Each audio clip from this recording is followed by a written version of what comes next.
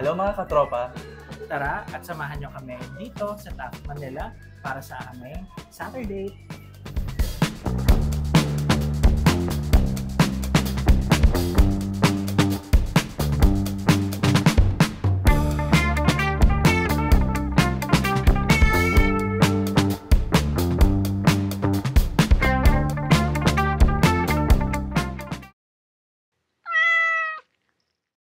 We started our day trying out the new retro bar near the LCU, which is called Boro o the Barn.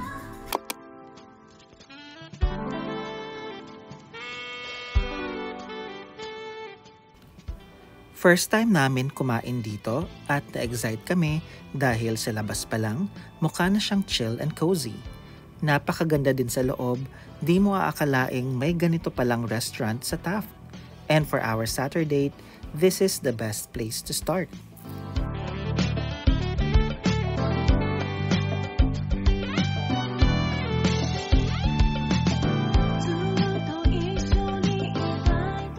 Nung una, we thought na medyo pricey yung meals. But when they served the food, nagulat kami kasi siksik na siksik yung laman ng order namin. Pricey, yes. Pero sulit ba? Yes na yes. Parang pang 2 tao yung meals na in-order namin, napakasarap pa.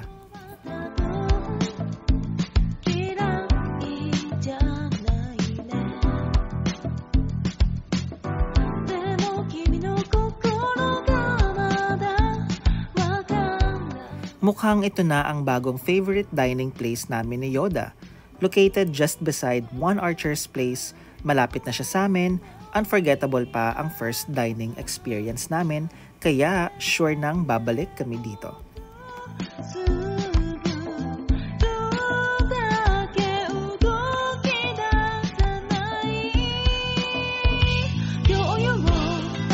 After naman namin kumain, diretso kami sa tabi lang ng The Barn, ang Obscure Cafe.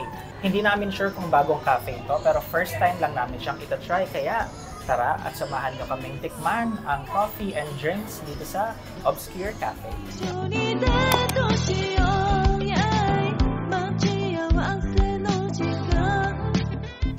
And speaking of One Archer's Place, diretso na tayo sa Obscure Cafe. Not sure kung gaano katagal na sila dito, pero first time namin silang makita at hindi tayo papahuling subukan ang drinks nila dito.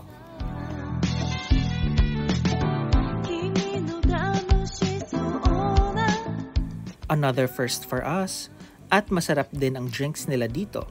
Mukhang may bago na kaming favorite cafe dito sa Taft.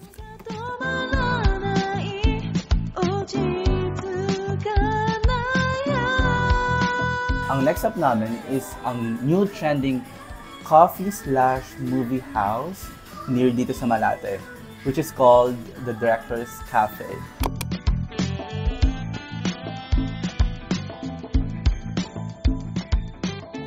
At syempre, hindi matatapos ang Saturday na walang movie date. At since naghahanap tayo ng galaan dito sa Taft, the Director's Cafe ang ating next destination.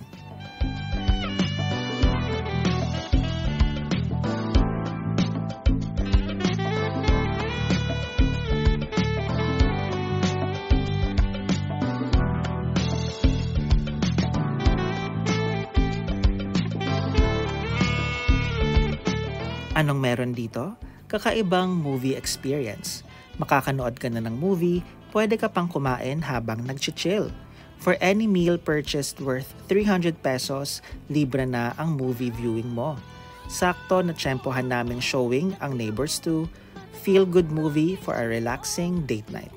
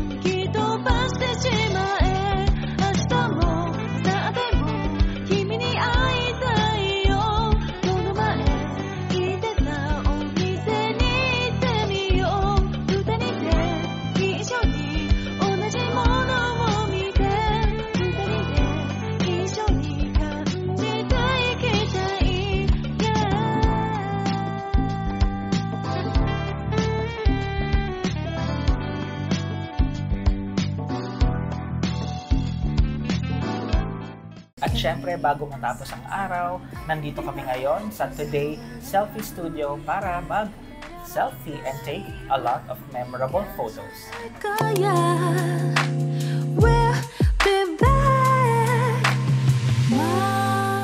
At dahil usong-uso ngayon ang mga selfie studio, hindi tayo papahuli na sumubok nito. Located in One Archer's Place, super affordable sa Today's Selfie Studio. For 200 pesos, you can capture your fun and sweet moments with your loved ones. Pwede mo pa ma-customize yung pictures na ipiprint ng machine. Let it breathe, just be yourself.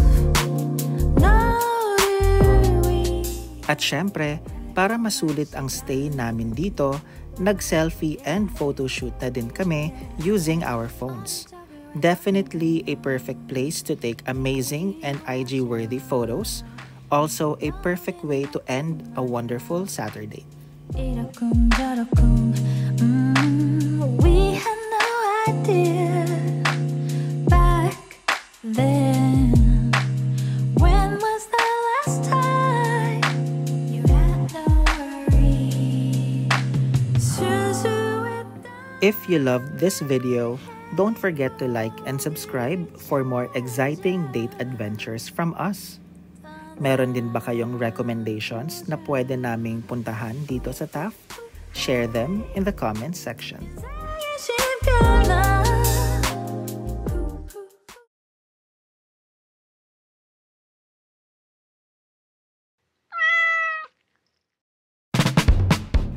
How about you?